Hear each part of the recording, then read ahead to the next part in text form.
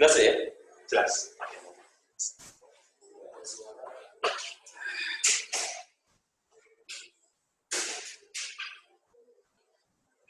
Bismillahirrahmanirrahim. Di hari ini kita mulai ya.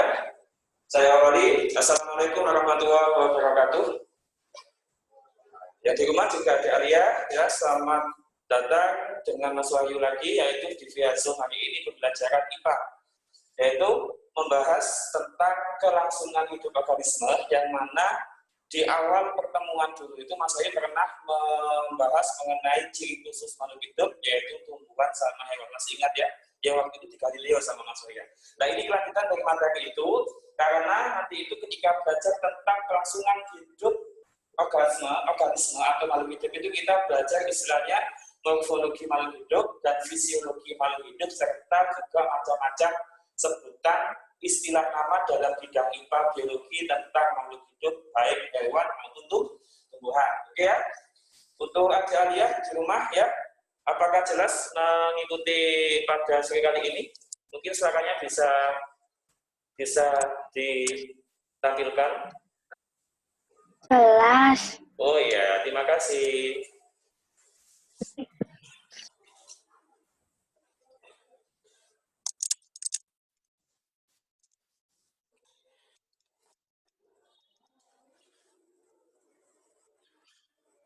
Ini volumenya harus saya tingkatkan.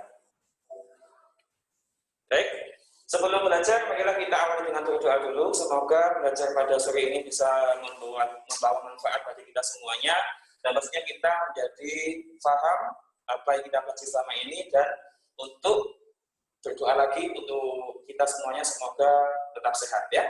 Baik, sebelum belajar kita dengan berdoa dalam hati, berdoa.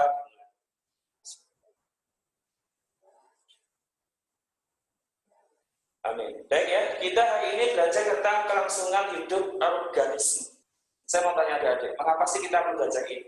Karena kita juga harus bisa pelajari bagaimana sih semua makhluk hidup, bukan hanya manusia, baik juga tumbuhan maupun hewan ini, untuk bisa mempertahankan hidupnya. Maka dari itu, kita perlu seperti kita dalam kehidupan sehari-hari ini perlu sekali untuk bisa beraktivitas, juga bisa untuk beradaptasi, dan juga mampu berinteraksi dengan sesama teman kita. Ini pentingnya dalam kehidupan. Maka dari itu, sama seperti hewan dan tumbuhan pun juga ingin hidup melangsungkan untuk sampai akhir hayatnya. Maka dari itu, hari ini materi kita adalah kelangsungan hidup organisme. Lanjut. Masuk selanjutnya. Faktor apa saja sih yang dapat membuat makhluk hidup tetap bertahan di muka bumi? Jadi kita harus tahu. Jadi semua manusia pasti ingin melangsungkan kehidupannya. Seperti kita, lapar, kalau kita nggak makan, kita akan sakit. Nah, apa saja faktornya? Yang pertama adalah adaptasi makhluk hidup. Yang kedua, ada seleksi alam. Yang ketiga, ada perkembangbiakan. Nah, materi yang kita pelajari pada kali ini, yaitu ada kaitannya juga dengan materi di IPA kita, yaitu tentang makhluk hidup. Yaitu, maksudnya adalah untuk penyesuaian bagaimana makhluk hidup menyesuaikan dirinya pada lingkungannya seperti itu. Jadi yang pertama adalah adaptasi makhluk hidup. Seperti kita ya, di kelas ini mungkin ketika kalian baru masuk itu tidak kenal satu sama lain. Jadi bagaimana caranya untuk beradaptasi seperti itu. Yang kedua, seleksi alam. Perubahan alam yang terus terjadi dan terus berputar sampai masa ke masa seperti itu. Namanya seleksi alam. Yang ketiga ada perkembangbiakan.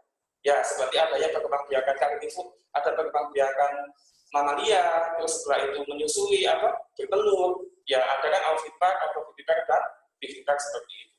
Dan ada juga misalkan nanti itu juga kita pelajari tentang perkembangbiakan makhluk hidup itu terkait dengan jaring makanan. Ada produsen, ada yang memakan dan ada yang dimakan. Ya. Lanjut, selanjutnya adalah apa itu adaptasi makhluk hidup? Adaptasi makhluk hidup itu adalah penyesuaian diri makhluk hidup terhadap lingkungannya. Jadi makhluk hidup untuk bisa bertahan hidup itu butuh namanya penyesuaian diri terhadap lingkungannya. Ternyata yang tadi kita pahami bahwa adaptasi makhluk hidup itu ada 3 macam. Yang pertama adalah ada namanya adaptasi morfologi, yang kedua ada adaptasi fisiologi, dan yang ketiga ada adaptasi tingkah laku.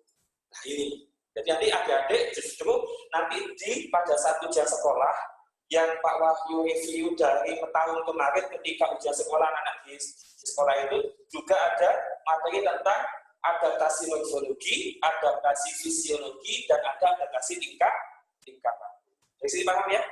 Ya, jadi adalah pengertian adaptasi makhluk itu sama seperti manusia juga begitu. Ya, semua hewan dan tumbuhan juga sama seperti itu juga. Baik, dari sini ditanyakan paham ya? Jadi ini adalah adaptasi makhluk hidup. Selanjutnya, kita satu persatu kita pelajari. Lah, ada adaptasi morfologi. Ya, ada yang datang nih. Abian. Ya, selamat datang. Halo Abian. Bagaimana kabarnya? Baik? Ya, sampai jumpa lagi pada pertemuan kali ini. Pada sore ini kita belajar IPA ya, tentang penyesuaian makhluk hidup terhadap lingkungannya. Baik, lanjut ya nak ya. Selanjutnya, apa itu adaptasi morfologi? Adaptasi morfologi adalah penyesuaian makhluk hidup berdasarkan bentuk tubuh. Ingat ya, morfologi itu tubuh. Seperti manusia, saya, kalian, beda kan tubuhnya? Nah, seperti itu. Jadi ingat, kalau ada pertanyaan, apa itu adaptasi morfologi? Yaitu penyesuaian diri makhluk hidup berdasarkan bentuk tubuh. Ya, ternyata bentuk tubuh hewan. Seperti contohnya kalau kita lihat di gambar itu ada paruh hewan ya, kecuali mungkin yang lainnya. Dan juga bentuk kaki itu juga mempengaruhi kelangsungan hidupnya. Contohnya bentuk paruh burung jenis makanan, bentuk kaki burung habitat tempat hidup, dan tipe mulut serangga. Seperti itu. Jadi adaptasi morfologi itu adalah penyesuaian diri makhluk hidup berdasarkan bentuk tubuhnya. Ya, kalau hewan dari bentuk paruhnya, kakinya, dan juga mungkin tipe mulutnya seperti itu. Ya, nah kita bisa melihat ya, kalau bentuk paruh burung yang mungkin pemakan daging itu apakah yang B, C, A, B, C atau D? Yang mana? Yang pemakan daging, kira-kira. Bentuk paruh burung yang mana? Yang pemakan daging. Apakah paruh burung ini, maaf ya, A, apakah yang B, apakah yang C, atau yang D? Kira-kira. Yang mana? Mungkin yang burung pemakan daging. Contohnya kajawali. Kira-kira paruhnya yang A, B, C, atau D? Bosan? Nah, iya, yang B. Mengapa? Kamu lihat bentuk paruh burung yang B, itu paruhnya itu adalah melengkung ke bawah dengan tajam ke bawahnya, dan juga ada di bawahnya juga yang di bawahnya paruh burung pada bawah itu juga tajam. Tujuannya untuk apa? Untuk mencabik-cabik mangsa. Seperti itu. Makanya ini adalah bentuk paruh. Mungkin saya mau tanya pada kamu, Dek, siapa ini? Dimas, menurut kamu mana bentuk paruh burung yang pemakan biji-bijian? Yang mana? Apakah yang A? Apakah yang bentuk paruh burung yang B? Yang C? Iya, yang C. Terus saya mau tanya juga, Dek, kira-kira yang A itu bentuk paruh pemakan apa ya? Di paruhnya panjang, kecil, pemakan apa biasa? Apa ya? Ikan, bisa juga ikan ya, dan juga biasanya serangga, ya seperti itu. Dan juga ada bentuk paruh seperti ini, ya, itu adalah morfologi ya. Jadi bentuk paruh burung itu adalah bisa kita lihat jenis makanannya juga. Jadi yang pemakan daging, pemakan biji-bijian, pemakan buah juga ada. Yang mungkin kalau bisa jadi yang B ini pemakan buah, ya seperti itu. Ya. Yang kedua seperti kita lihat bentuk kaki. Ya, bentuk kaki yang nomor 1 itu kaki apa ini kira-kira? Hewan apa? Yang ada selanjutnya hewan biasanya ada di rawa-rawa ya, atau di tempat becek. Apa namanya? Bebek atau itik, ya seperti itu. Selanjutnya ada juga bentuk kaki yang seperti ini. Ini biasanya bentuk kaki yang besar, bercakar. Itu biasanya adalah bentuk kakinya burung kajawali untuk mencekram mangsanya seperti itu. Ya, terus juga ada juga bentuk burung kakinya nomor 4 ini kecil, tapi dia kuat untuk bertengger di tangkai. Jadi biasanya burung apa? Kenari seperti itu. Jadi itu adalah morfologi. Dan selanjutnya tipe mulut serangga. Ya, jadi morfologi itu adalah jadi kalau ada pertanyaan dari sekolah, apa itu adaptasi morfologi? Yaitu penyesuaian diri makhluk hidup berdasarkan bentuk tubuh, yaitu bentuk paruh burung seperti bentuk kaki burung dan tipe serangga, mulut serangga. Paham di sini ada deh. Jadi ingat ya, morfo itu adalah tubuh, bentuk tubuh kita. Seperti kita manusia. Ini kalau kira manusia ini pemakan apa? Menurut kamu? Semuanya. Ya pemakan segala. Tapi bisa masuk, sayur masuk. Ya, gitu ya. Buah masuk. Ya, ubi-ubian masuk. Ya. Baiknya ditanyakan. Ya mungkin di rumah juga bila tidak ada yang kurang paham, bisa mungkin menghidupkan umutnya itu untuk bertanya. Boleh, silakan. Kalau ada keterangan yang belum paham. Ya, baik ya, lanjut ya. Oke, sekarang selanjutnya kita lihat. Iya, kamu lihat contoh paruh burung bermacam-macam deh. Ini namanya morfologi, bentuk tubuhnya itu. Ya, Mas Ayu memakai contoh paruh burung karena yang biasanya mudah kita amati dengan mudah. Dan juga biasanya keluar pada soal ujian sekolah nanti itu kebanyakan itu gambar-gambar di soal US nanti itu paruh burung. Setelah Mas Ayu melihat soal US tahun lalu itu. Ya, yang satu ini paruh burung Jawali. Yang nomor dua ini jelas ini biji-bijian, pemakan biji-bijian ini paruh burung kenari. Yang ketiga, yang besar ini pemakan apa ini? Besar kayak gunduk gitu ya. Makan apa? Buah kan? Kira-kira? Iya, seperti itu. Yang keempat, ini tajam ya. Bisa juga ini juga memakan daging atau karnivora. Yang kelima, ini dagingnya. Nah, ini juga rajawali. Rajawali sama anak beda nggak? Beda. Ya, ini rajawali nilam. Ya. Jadi kalau bentuk paruh burung yang memakan daging atau karnivora itu paruhnya itu tajam. Terus ke bawah tajam karena tujuannya untuk mencabik-cabik mangsa sampai meninggal. Ini bentuk paruh itik ya. Itik. Nah, itik ini kalau kita pelajari dulu pada saat awal pertemuan ciri khusus paling hidup itik itu paruhnya berbentuk sidu. Itu tujuannya untuk apa? Untuk mencari cacing di dalam lumpur seperti itu. Jadi bisa membeda-bedakan, bisa memilah mana cacing, mana lumpurnya seperti itu ada ya. Yang ketiga ini bunga apa nih? Siapa yang punya bunga ini? Beo ya ini ya. Beo. Nah ini juga memakan apa ya? Buah-buahan ya. Yang selanjutnya nomor 8 itu apa ya? Ini memakan ikan ya. Nektar. Oh iya maaf nektar ya. Yang pokoknya yang paruhnya panjang itu nektar. Baik, ini adalah contoh morfologi yang kita membuat sampel dari contoh paruh. Di sini ada tanyakan? Jelas ya? Nanti mungkin ada yang di rumah. Ini mohon maaf Mas Wahyu menyampaikan materi ini 45 menit ya zoomnya. Selanjutnya 15 menit nanti itu di rumah kalian itu Mas Wahyu minta untuk mengevaluasi smart exercise-nya selama 15 menit nanti juga sama yang diterima informasi juga sama. Setelah selesai, Mas Wahyu minta evaluasinya selama 15 menit itu difoto dan dikirim ke WA Mas Wahyu anak-anak. Atau bisa juga dikirim ke grup kelas 6A. Jadi untuk materi Zoom-nya, mohon maaf, jadi nanti kalau misalkan selama 45 menit sudah mati, jadi yang 15 menit kamu buat evaluasi, nanti itu materi evaluasi soal di buku Smart Exercise kalian di rumah masing-masing. Setelah selesai, nanti adik bisa fotoin jawabannya juga, dan nanti kirim ke grup 6A. Itu ya, terima kasih. Baik, selanjutnya materinya. Nah, tipe mulut pada serangga sesuai dengan cara memakan. Jadi beda ya. Jadi serangga pun juga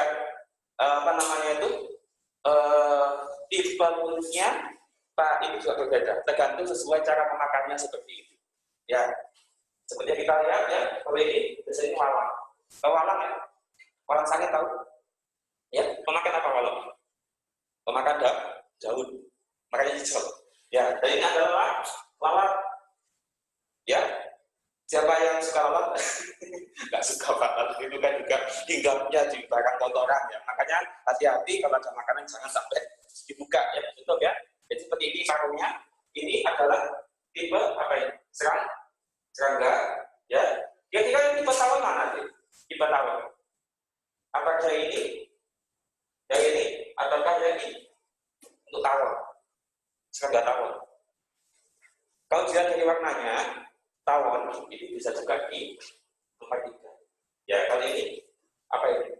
Ini bahasanya serangga yang agak besar. Ya, gitu. Jadi tiba-tiba mulut pada serangga sesuai dengan makanan ini dinamakan morfologi. Jadi ingat sekali lagi, morfologi itu adalah penyesuaian makhluk hidup sesuai dengan bentuk tubuhnya. Selanjutnya, dari sini mungkin ada tanyakan tentang morfologi, adik-adik udah paham di sini? Jadi kalau tidak paham ya, gitu. Ya kalau nggak paham tanyakan. Akan tangan Pak itu sih saya mau tanya tadi yang dijelaskan oleh Mas Wahmi. Ya, oke. Lanjut. Selanjutnya ada tumbuhan nih. Tumbuhan itu dalam dunia biologi atau IPA itu bermacam-macam jenisnya. Ya, dan juga sebutannya tadi Mas bilang sebutannya dalam bidang biologi. Tumbuhan hidrofit. Nah, hidrofit itu berarti tumbuhan yang hidupnya di air. Itu memiliki rongga udara. Apalagi contohnya? Ratai ya, tahu? Ratai, enceng gondok, ini semua adalah tumbuhan hidrofit. Itu ciri-cirinya adalah memiliki rongga udara yang tujuannya untuk mengapung di atas air. Yang kedua ada tumbuhan xerofit.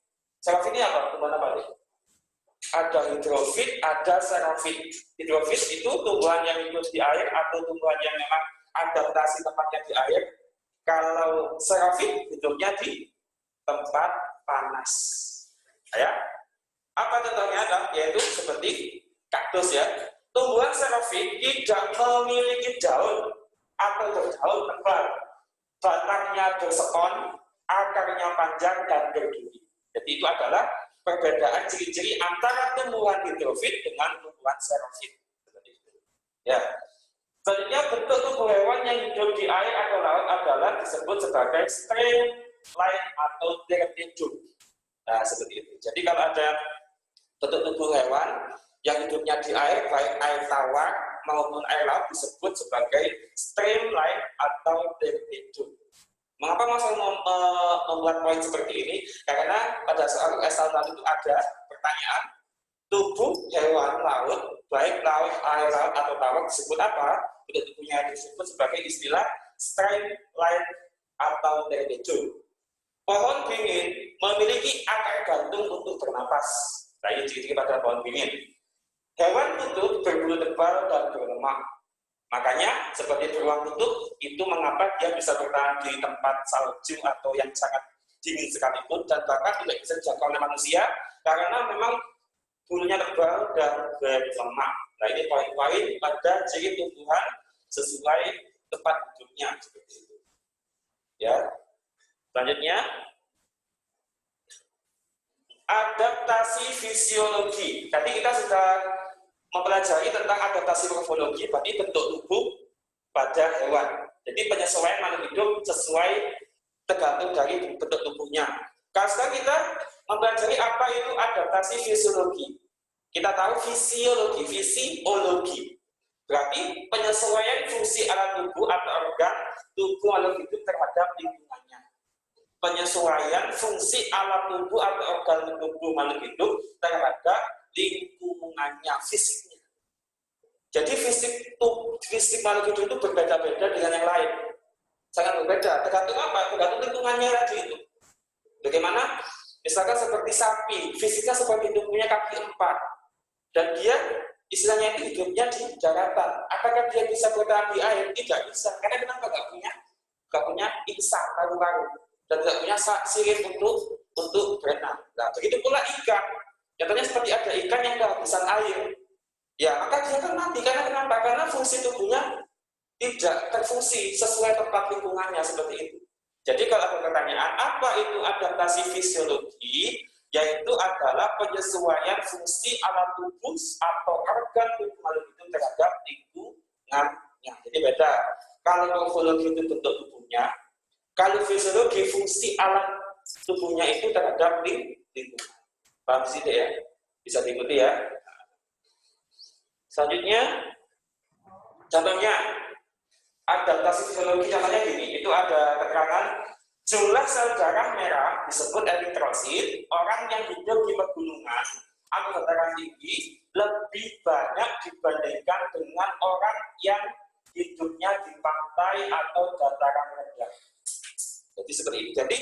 kita hidup di daratan, hidup di pegunungan itu beda sekali. Makanya seperti kita contohnya terbiasa hidup di Malang. Tiba-tiba pindah ke Batu. Dingin nggak? Iya. Kira-kira orang Batu merasa dingin apa enggak? Terbiasa. Karena kenapa tadi itu? Karena jumlah sel darah merah orang yang ada di pegunungan itu jauh lebih tinggi daripada hidupnya yang ada di pantai atau dataran rendah seperti pada. Makanya kalau ada istilah, kenapa kok dingin banget ya, kok nggak dingin kenapa? Bahkan kalau Pak Wahyu punya saudara ke Batu, itu Pak Wahyu nggak mandi biasanya karena dingin banget. Karena kenapa nanti itu? Berarti saudara Pak Wahyu itu lebih rendah, saudara merahnya lebih rendah daripada saudara Pak Wahyu di Batu karena dia hidupnya di dataran tinggi atau pegunungan seperti itu. Selanjutnya, ikan yang hidup di laut memiliki urin. Apa urinnya? Maaf ya, urin itu kalau bahasa lainnya kencing dan buang air besar. Itu urin ya. Jadi ikan yang hidup di laut memiliki urin lebih pekat dibandingkan dengan ikan yang hidup di air tawar. Seperti itu. Itu contohnya adalah adaptasi fisiologi. Ya, kita jawab dari contoh ini.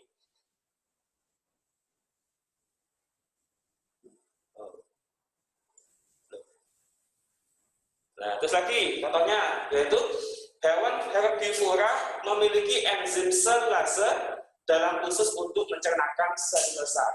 Ini ya, cacing Pteridinovalis yang hidup di galangan kapal memiliki enzim selulase. Contohnya. Terus lagi bakteri pembusuk pada usus besar manusia untuk membantu pembusukan sisa makan. Kan ini fungsinya. Jadi fungsi tubuh kita terhadap lingkungan namanya fisiologi ya.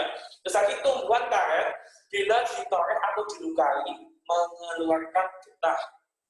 Terus lagi unta mampu minum sebanyak 120 liter ya, sehingga dapat bertahan tidak minum selama 1 bulan. Jadi ingat, ini ada contoh-contoh dari adaptasi fisiologi baik pada hewan maupun pada tumbuhan. Dan tadi juga Pak Wahyu sudah di atas tadi sebelumnya sudah memberi contoh pada manusia, yaitu antara di pegunungan dengan dataran rendah itu eritrositnya lebih tinggi, darah merahnya di daerah pegunungan daripada di daerah dataran rendah seperti itu. Baik, di sini ada tanyakan? Ada? Nggak ada tanyakan adik-adik? Ngantuk ya?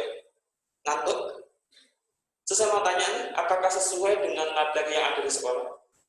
Sesuai ya? Kalau nggak sesuai bisa instruksi Pak, nggak sesuai Pak. Jadi kalau bisa kamu hukum nggak apa-apa. Ya, karena makanya Mas Bayu setiap mau ngajar selalu tanya, adik-adik, kalian di sekolah materi banyak selalu materi apa? Nah, jadi Mas Bayu bisa mendapatkan poin karena juga ada teman kita yang memakai via Zoom atau via online. Sehingga sama-sama bisa mengikuti dan sesuai dengan di sekolah materi yang kita pelajari pada sore ini. Baik, ada tanyakan? Tidak ada? Wah, pintar semua nih ya. Yang harus bisa bedakan. Sekarang selanjutnya, adaptasi tingkah laku. Tadi kita sudah pelajari adaptasi morfologi, yaitu penyesuaian makhluk itu terhadap tubuhnya, dari tubuhnya.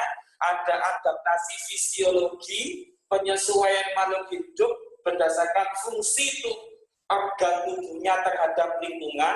Sekarang kita pelajari adaptasi tingkah laku makhluk hidup. Apa itu? Yaitu penyesuaian diri makhluk hidup terhadap lingkungan dengan tingkah laku atau kebiasaan hidup. Seperti itu. Seperti kita ya, kita ini kan juga punya adaptasi tingkah laku juga. Kebiasaannya mungkin ketika di kota, hidup di kota, tiba-tiba hidup di desa. Jelas berbeda jauh dengan situasi keadaan yang kita alami. Ya, sebenarnya seperti Mas Wahyu, ya hidup orang desa ke kota, jelas. Kalau di desa mungkin lebih dingin ya, karena mungkin banyak pepohonan, mungkin lebih sepi karena jam 8 malam sudah tutup semua, sudah pada distribusikan. Tapi kalau di kota masih ada hiruk pikuk keramaian kendaraan ataupun orang lain yang sedang nongkrong atau segalanya seperti itu. Ya, jadi kalau di desa ini jam 8 malam sudah sepi deh, sepi banget gitu ya. Karena itu tadi, ya. Ya, jadi adaptasi tingkah laku adalah penyesuaian diri makhluk hidup terhadap lingkungan dengan tingkah laku atau kebiasaan hidup. Coba kita lihat, ada beberapa gambar yang Mas Wahyu cantumkan. Pertama ada manusia. Manusia dulu ya, satu hewan tumbuhan. Ya. Manusia ini memakai jaket tebal. Berarti dia hidupnya di mana? Apakah di kota? Atau mungkin Pak panas di kota itu kalau siang. Atau mungkin pakai jaket tebal. Jadi kalau jaket tebal biasanya manusia itu hidupnya di pegunungan. Itu dataran tinggi. Ya kan? Ya, manusia memakai pakaian tebal untuk melindungi diri saat udara dingin. Jadi itu contohnya adalah adaptasi tingkah laku. Ya, jadi kalau kalian nanti ada soal dari sekolah, sebutkan contoh-contoh adaptasi tingkah laku pada kehidupan makhluk hidup baik manusia, hewan, tumbuhan. Ya, yang kedua sapi atau kerbau berubah pada saat hari panas terik. Oh, persis nggak? Seperti itu. Jadi kalau kita mungkin kalau saya kan desa ya tahu ya. Jadi kalau sapi lagi dijemur, karena perlu dijemur, karena kalau nggak dijemur sapi atau peliharaan itu bisa mati, tempat sakit. Jadi seperti kambing, sapi itu juga harus dijemur, dimandiin juga. Seperti itu ya. Jadi sapi atau kerbau itu berubah, berbunyi, gitu pada saat hari panas terik. Ini contoh-contoh dari adaptasi tingkah laku kebiasaan. Selanjutnya, jejak memutuskan ekornya bila dalam keadaan bahaya, karena disebut sebagai makhluk hidup autonomous. Seperti itu. Jadi itu tingkah lakunya cicak. Ketika dia ingin selamat dari jerkaman pangsa atau pemangsa, maka dia dengan cara mengelabui pemangsanya dengan cara memutuskan ekornya. Kan jelas ketika dikejar, maka yang pertama kali kena kan ekornya. Maka ekornya diputuskan namanya adalah kebiasaan cicak. Selanjutnya bunglon. Jadi kebiasaan bunglon ketika merubah warna tubuhnya sesuai tempatnya ini dinamakan sebagai adaptasi tingkah laku atau kebiasaan. Paham adik-adik? Paham ya? Paham. Ya mudah-mudahan tetap semangat ya untuk masa pandemi kayak gini, jujur aja. Ya kita rindu sama guru kita di sekolah, kita rindu sama teman-teman kita, rindu bermain di sekolah, tapi gimana lagi? Karena kita harus taat pada pemerintah supaya corona ini segera selesai. Kalau nggak taat tetap sekolah, kalau tetap tatap muka, kena COVID, maka akan diperpanjang masa pandemi ini. Mudah-mudahan tetap semangat ya adik-adik ya. Tetap. Nanti kalau ada apa-apa, saya sekali lagi menekankan baik adik yang di rumah juga, kalau ada materi yang sulit bisa bertanya, gitu ya. Jangan sampai kalian tidak bertanya seperti itu. Ya, bisa bertanya di grup. Nanti Mas Surya akan menjawabnya sama Mbak Ayu juga. Dan harapan saya juga di grup A, 6A itu semua tenor SD ada di situ. Baik matematika, itu lebih matematika. Kalau matematika kalian bisa bertanya pada masternya itu Pak Budi, Pak Budi ya? Sama pernah tahu belajar matematika sama Bapak guru yang lebih tua dari saya, namanya Pak Budi gitu, atau Mbak Vita. Kalau bahasa Inggris bisa Pak Hermawan, Bapak Hermawan, tahu? Nggak tahu namanya, kalau saya tahu ya, saya masuk lagi ya. Kalau banyak tahu. Oke, ya. Lanjut, jadi ini adalah contoh-contoh dari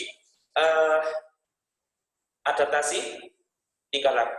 Selanjutnya, contohnya, wah, itu ada hewan. Ikan paus atau mamalia air muncul ke permukaan untuk mengambil O2. O2 itu apa? Oksigen. Ya, seperti itu. Jadi itu kebiasaan paus ketika muncul di permukaan adalah untuk mengambil oksigen. Ini disebut juga contoh dari adaptasi tingkah laku. Yang kedua, anjing menyala, menggonggong saat ada bahaya. Makanya sangat beruntung kalau di rumah itu ya ada anjing. Ketika ada orang sedikit gerakan, sedikit apapun akan tahu, dia akan menggonggong. Tapi ya gitu ya, kalau dalam Islam kan nggak boleh pegang ya. Najis mughaladz ya. Yang ketiga, anjing juga menjulurkan lidah saat lapar atau haus. Nah, gitu ya. Makanya mohon maaf adik-adik kalau misalkan selfie jangan darat. Ya, itu menurut orang psikolog itu kalau kita selfie sambil darat itu mendingan kebiasaan anjing ketika lapar dahaga seperti itu. Ayam berkokok di malam hari atau di pagi hari. Ini adalah semua contoh dari penyesuaian hidup adaptasi tingkah laku. Lanjut, masih banyak materinya, perlu kita paham. Nah, tadi itu ya, kelangsungan hidup manusia selain ada adaptasi tadi itu, ada adaptasi morfologi, ada adaptasi fisiologi, ada pula adaptasi tingkah laku atau kebiasaan, lalu itu juga ada namanya dipengaruhi oleh seleksi alam. Apa itu, Pak? Seleksi yang dilakukan oleh alam terhadap makhluk hidup yang ada di dalamnya, makhluk hidup yang dapat beradaptasi akan hidup terus dan makhluk hidup yang tidak dapat beradaptasi akan musnah. Jelas? Ya, ya tadi seperti kita lapar, kita harus makan nasi ya, seperti itu. Kalau nggak makan kita sakit. Seperti juga seperti tadi, sapi. Kalau sapi ditempatkan di tempat laut, air laut, atau mungkin di air tawar, dia nggak bisa berenang, maka dia akan mati. Makanya dia itu memiliki yang namanya adaptasi morfologi, fisiologi maupun tingkah laku. Nah, karena apa? Alam itu selalu menseleksi makhluk hidup. Jika makhluk hidup yang dapat beradaptasi akan hidup terus, dan hidup yang tidak dapat beradaptasi akan musnah. Ini dinamakan seleksi alam. Seleksi alam itu faktor apa yang menyebabkan seleksi alam? Jadi alam itu bisa menseleksi kita semua. Jadi kelangsungan hidup makhluk hidup itu juga akan diseleksi oleh alam, dipilah-pilih oleh alam. Pertama, kompetisinya. Yang kedua, adaptasinya. Yang ketiga, reproduksinya terbatas atau perkembangannya seperti itu. Contoh hewan yang terkena seleksi alam jerapah, kupu-kupu, distel, batu lari, dan sebagainya. Jadi dulunya jerapah itu lehernya itu pendek. Dulunya. Dulu sebelum kita lahir pada zaman purba dulu, jerapah itu asal mulanya lehernya pendek. Mengapa? Kok bisa panjang? Karena ada seleksi alam. Kita lanjutkan. Ada pendapat. Tokoh yang berpendapat tentang seleksi alam, Charles Darwin, yang mengatakan manusia itu dari ke kerang. Ya, jadi di manusia itu berasal dari kerang. Nah, itu menurut Charles Darwin. Tapi juga banyak para ilmuwan lain yang tidak sependapat dengan Charles Darwin. Pendapatnya Charles Darwin adalah bahwa spesies yang hidup sekarang itu berasal dari spesies yang hidup pada masa lalu. Ya, yang kedua bahwa evolusi terjadinya melalui seleksi alam. Seperti itu. Jadi Charles Darwin bahkan pernah menyebutkan teorinya yang ini terkenal sekali di dunia kita ini, bahwa dikatakan manusia itu bentuk tubuhnya itu awalnya seperti monyet. Jadi pertama monyet, terus dia itu bisa berdiri, ekornya hilang, bisa tegak, dan itu seperti manusia. Tapi banyak yang membantah dari kalangan ilmuwan yang lain. Karena kenapa? Kalau manusia seperti monyet, bagaimana dengan Nabi Adam? Nah, seperti itu ya. Kalau Nabi Adam apakah monyet? Bukan ya, langsung manusia seutuhnya kan Nabi Adam. Yes. Nah, ini kita tadi jawab. Nah, pendapatnya kami seperti itu. Tapi ini adalah asal mulanya jerapah mengapa pendek? Karena dia itu memakan tumbuhan. Yang tumbuhannya itu adalah tumbuhan yang tumbuhnya itu seperti pohon. Jadi ketika dia makan ke atas pohon, maka tubuhnya kan lehernya itu selalu berusaha untuk menggapai makanannya itu. Maka dia itu bisa panjang karena usahanya untuk menggapai tumbuhan di atas pohon itu. Maksudnya daun pohon itu. Seperti itu. Jadi ini adalah menurut Darwin mengatakan seleksi alam itu seperti ini. Bahwa tubuh makhluk hidup yang ada saat ini itu awalnya berasal dari masa lampau. Ya seperti tadi manusia itu. Manusia dikatakan awalnya dari kerang atau monyet seperti itu. Sehingga dari evolusi dari masa ke masa agar dia akan menjadi manusia seutuh. Nah ini adalah menurut Charles Darwin. Ada juga pendapatnya J.B. de Lamarck. Ingat di tema juga namanya tokoh penemu. Di IPA ya, tokoh penemu. Kita juga harus pelajari mengetahui tokoh penemu yang lain. Menurutnya adalah bahwa jerapah terdahulu berleher pendek karena digunakan untuk menjangkau makanan yang tinggi, maka lehernya menjadi langgar. Jadi pertama pendek, ya ini kedua, ini ketiga, keempat, sampai dia bisa menggapai makanannya di atas pohon. Ya, selanjutnya perbedaan teori Darwin dan Lamarck, perbedaannya tentang seleksi alam adalah menurut teori Darwin, namanya Charles Robert Darwin.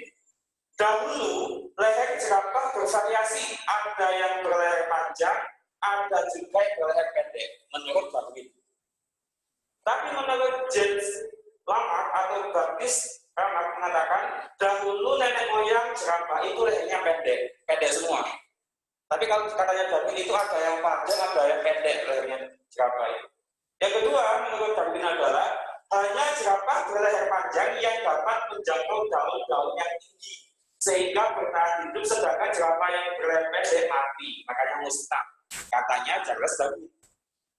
Ya, jadi itu pendapatnya. Tapi pendapatnya Lamarck atau James Baptist Lamarck adalah mengatakan jerapah berusaha mencapai daun yang tinggi sehingga lehernya bertambah panjang. Nah, ini perbedaannya. Ini tokoh-tokoh penemu ya. Yang ketiga, hanya jerapah berleher panjang yang mempunyai kelangsungan hidup. Jadi yang pendek, yang berleher pendek semuanya meninggal, nggak bisa makan. Nah, keturunan berikut katanya Lamarck mengatakan, yaitu Jean Baptiste Lamarck mengatakan, keturunan berikutnya leher jerapah lebih panjang daripada leher nenek moyang.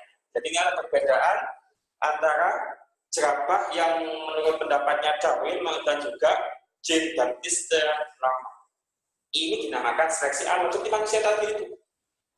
Ya, tapi banyak pendapat yang membantah pendapatnya Darwin yang dikatakan bahwa manusia itu awalnya itu adalah kera, monyet. Tapi kalau kita lihat di IPS sejarah, kalau kita belajar nanti, itu juga ada istilah manusia purba. Jadi itu adalah pendapat-pendapat para ya, namanya seleksi A. Dari sini mungkin paham ya? Ada yang tanyakan? Ya, ini juga berhubungan dengan tema kita di sekolah, karena di tema itu ada namanya tokoh dan penemu. Seperti itu. Ya. Lanjut.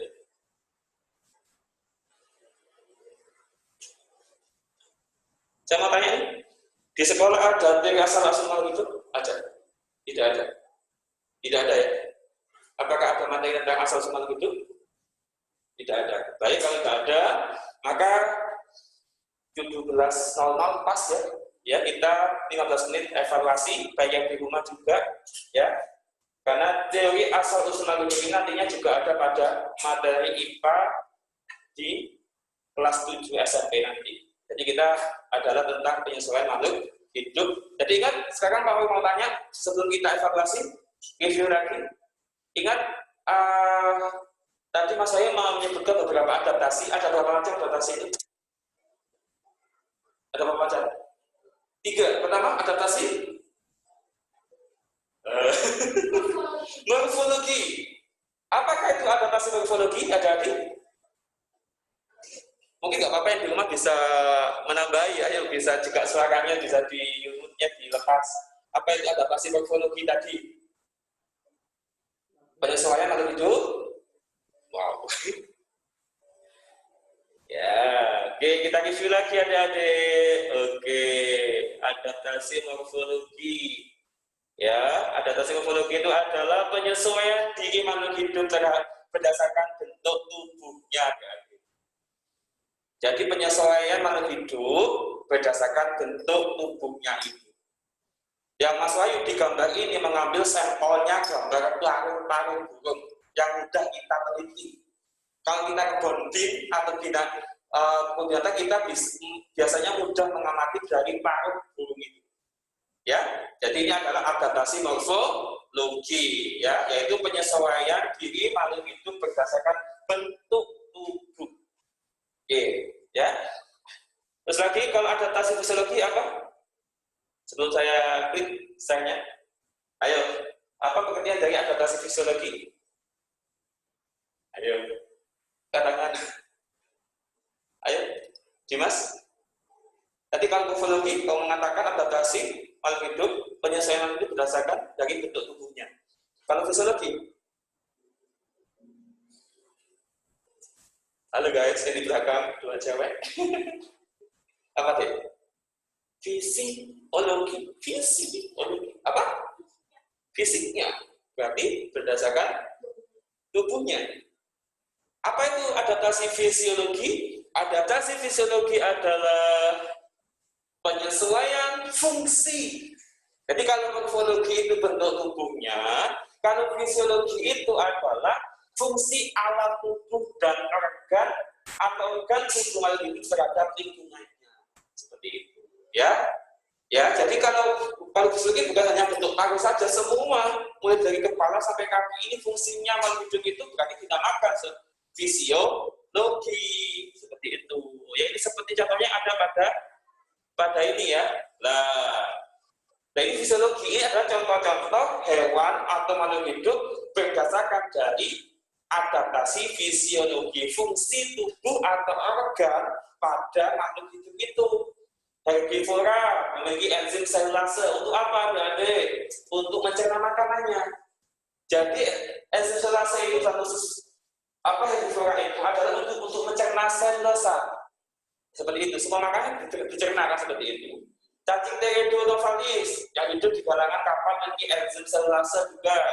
Bakteri pembusuk pada usus besar manusia untuk membantu membusukkan sisa makanan. Jadi di dalam usus ini ada namanya bakteri pembusuk. Ya, tumbuh karet bila dilukai melukai getah. Unta mampu minum sebanyak 120 liter, makanya dia bisa bertahan hidup di padang pasir. Ini dinamakan adaptasi fisiologi. Ingat, kalau morfo bentuk tubuh, fisio berarti fungsi alat tubuh atau organ. Ya, ini semuanya luar dalam, baik tangan, kaki. Saya mau tanya. Seperti contohnya kalau kita lihat apa ya? Contoh apa nih? Kita pilih tumbuhan. Seperti kaktus. Kaktus memiliki akar yang panjang. Tujuannya untuk menyerap sumber air yang ada pada tanah. Kira-kira itu adaptasi morfologi, adaptasi fisiologi, atau adaptasi segala? Tumbuhan kaktus dia bisa bertahan di tempat yang panas karena selain juga batangnya berlapis lilin, juga akarnya itu kuat dan sampai ke dalam tanah yang sangat dalam untuk mengambil sumber air yang ada dalam tanah di padang itu. Kira-kira akar tersebut itu merupakan adaptasi fisiologi, morfologi, atau tingkatan. Coba akarnya tumbuhan kaktus yang sampai menjual morfologi yang lain, Dimas punya pendapat selain katanya itu sampai bahasa apa? Salah. Menurut kamu apa deh? Salah. Sama morfologi. Kalau deh fisiologi. Kalau deh fisiologi. Ya. Jadi fungsi akar kaktus pada tumbuhan itu kan ada fungsi akar, berarti itu masuk ke fisiologi. Terus lagi, kaktus itu tidak berdaun, tidak punya daun, tapi dia itu sekali batang ke atas itu adalah tebal. Itu merupakan fisiologi atau morfologi? Ayo, kaktus tidak memiliki akar dan tidak memiliki daun. Cuman kaktus bentuknya adalah dari batang sampai ke atas itu sama, tebal, morfologi. Ingat loh, itu perbedaannya Adik ya. Jadi kalau ada di soal, misalkan tadi itu pertanyaannya seperti itu. Jadi kaktus itu hidup di daerah panas. Mengapa dia bisa bertahan? Akarnya itu berfungsi adalah untuk menyerap air yang ada dalam tanah. Karena akar kaktus itu sangat dalam. Ketika udah gede, maka disebut fisiologi karena fungsi akarnya itu. Kalau kaktus itu tidak memiliki daun, bentuknya adalah dari batang sampai ke atas itu sama, tebal. Ya. Itu namanya adalah morfologi. Terus lagi ada namanya tadi itu adaptasi tingkah laku. Jadi kalau ini hubungan dengan biasanya itu penyesuaian diri makhluk hidup terhadap lingkungannya dengan tingkah laku atau kebiasaan hidup makhluk tersebut. Contohnya seperti yang kita tahu, nah ini manusia memakai pakaian tebal untuk melindungi diri saat udara dingin. Saya mau tanya, kalau udara panas banget, pakaianmu apakah pakai kaos, kemeja, jaket api? Enggak kan? Pakai apa? Pakai kaos biasa, karena supaya tidak gerah. Nah itu merupakan kebiasaan atau adaptasi tingkah laku. Nah itu ya. Nah, seperti yang saat ini kita rasakan, manusia harus bisa beradaptasi dengan corona. Supaya tidak terpapar corona, maka dia itu harus memakai masker, hand sanitizer, atau juga pelindung wajah. Itu termasuk adaptasi morfologi, fisiologi, atau tingkah laku ya? tinggal laku, kebiasaan new normal, kebiasaan kita, kebiasaan baru. Terus lagi, seperti manusia, itu harus mencuci tangan, dan juga minum vitamin C, dan juga minum makanan yang bisa meningkatkan imun tubuh kita. Itu termasuk adaptasi morfologi, fisiologi, atau tingkah laku. Nah, seperti ini. Jadi tadi ada contoh-contoh dari itu berbagai macam adaptasi makhluk hidup. Ya, sapi atau kerbau berubah pada saat hari panas terik. Jejak memutuskan ekornya bila dalam keadaan bahaya disebut autonomi. Bunglon mengubah warna tubuh sesuai warna minum. Baik, saya mau tanya mantap nggak nih hari ini materi ini? Jadi kita belajar tentang adaptasi morfologi bentuk tubuh makhluk hidup, adaptasi fisiologi fungsi alat tubuh atau organ pada makhluk hidup. Yang ketiga adalah adaptasi ketika laku atau kebiasaan. Baik, ada yang ditanyakan? Adik-adik di rumah juga ditanyakan adik-adik? Mungkin Abian sama juga siapa nih? Ada tadi itu ada siapa? Ada 2 anak ya? Ada dia sama Aliyah Hijar, ya. Ada tanyakan adik-adik? Mas, yang dikerjakan di buku yang Smart Exercise itu halaman berapa ya? Oke, adik, kita kembali ke Smart Exercise-nya ya. Oke. Pipa. Sebentar ya. Iya.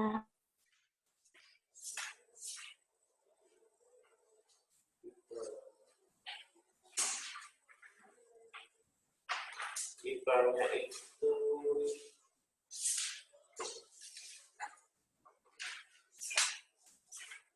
ini semua sama sedikit pipanya.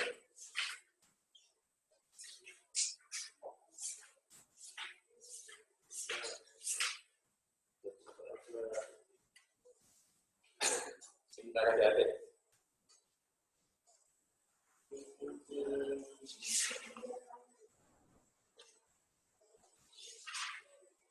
Aplikasi.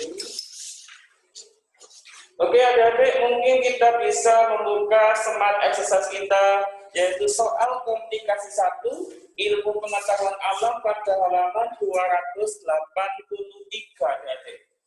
Ya. Hari ini kita evaluasi, saya hanya meminta cukup 10 soal saja yang pilihan ganda, ya. Itu untuk kita evaluasi pada pertemuan sore ini. Dan untuk adik-adik yang di rumah, jika nanti Zoom-nya Mas Wahyu mati karena juga umurnya 45 menit, maka Smart Exercise-nya halaman 283 itu dikerjakan. Setelah itu selesai, kalian bisa difoto, dikirim ke WA Mas Wahyu atau di grup kelas 6A. Jadi tetap mengikuti walaupun hanya tersisa 15 menit di rumah, yaitu mengevaluasi untuk Smart Exercise-nya komunikasi 1 halaman 283 sampai 285, 1 sampai 10 soal ya. Di rumah jelas adik-adikku semua?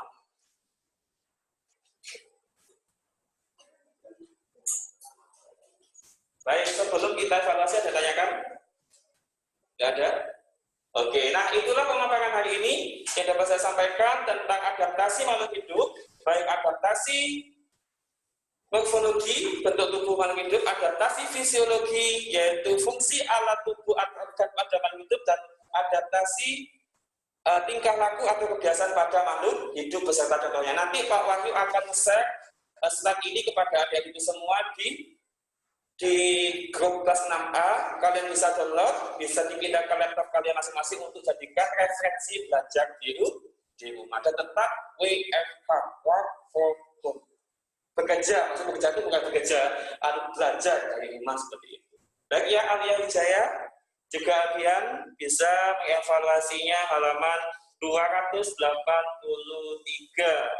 Waktu menunjukkan pukul 17.13, ya, yaitu untuk materi Zoom kali ini kurang 2 menit. Mungkin yang di rumah ada yang ditanyakan? Kak. Terima kasih. Ya, sama-sama adik-adik, tetap semangat ya di rumah ya. Salam sama ayah dan bunda di rumah. Semoga tetap sehat ya dan juga tetap belajar dengan semangat. Sekian mungkin pemaparan hari ini, dikerjakan di rumah. Nanti selesai difoto, kirim ke grup kelas 6A ya adik-adik ya. Ya, jadi itu cukup untuk mengerjakan. Waktu sisa tinggal 15 menit. Jadi pas 60 menit ya. Terima kasih.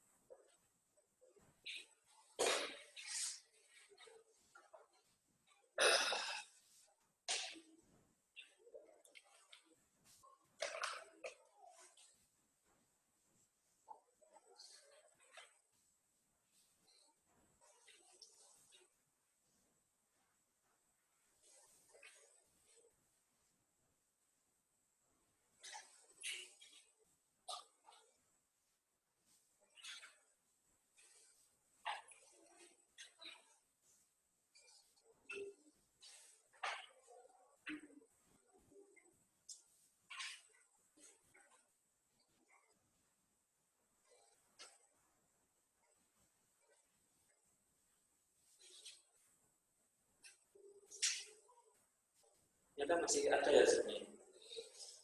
Karena mas saya ini kan kalau Zoom itu maksimal 45 menit kan ya. Kita udah bacanya 60 menit kan sisa 15 menit kita buat evaluasi. Tapi untungnya ini nggak mati. Biasanya kalau sudah habis waktunya itu ada apa namanya? Ada peringatan kurang berapa menit. Tapi ini masih terlalu lanjut. Berarti ini luar biasa. Udah selesai tadi? Belum? Yang ada PR silakan konsultasi kalau mau konsultasi.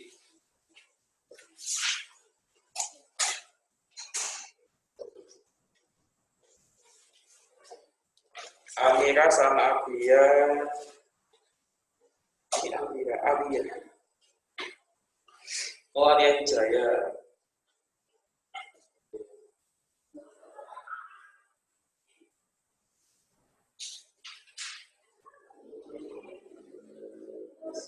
Salah masuk ya? Salah dia. Mana dia? Itu satu sekolah sama kamu? Enggak satu sekolah.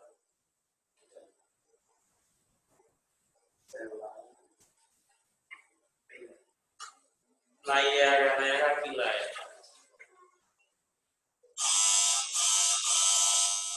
Ada Alisa Mazaya Mafirat. Itzana Hamil Syudaka.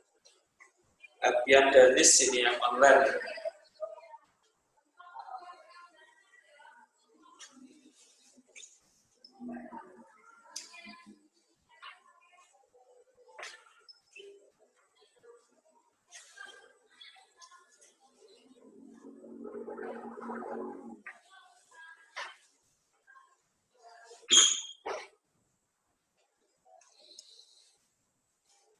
Baik adik-adikku yang di rumah, waktu sudah menunjukkan pukul 17.17.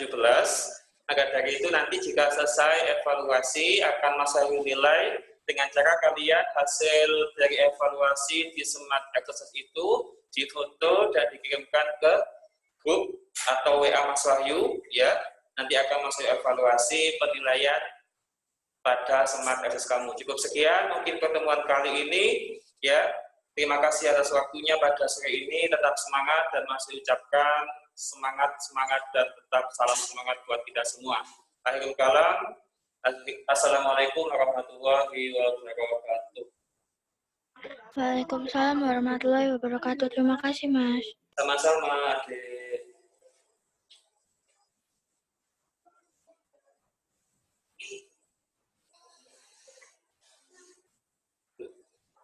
Berarti yang tadi yang update keluar sendiri ya? Tadi kan cuma Wijaya tuh.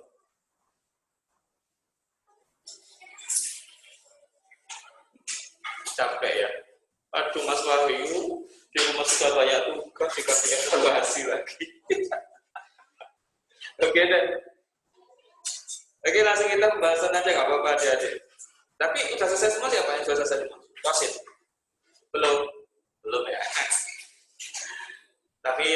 semuanya kan saya nilai A semua des, karena sudah mau datang ke sini capek-capek di rumah. Masa-masa pandemi kayak gini, kita juga was-was ya kadang, tapi jangan panik supaya kita tidak takut sama namanya corona. Corona itu tidak ditakuti tapi kita waspadai, ya.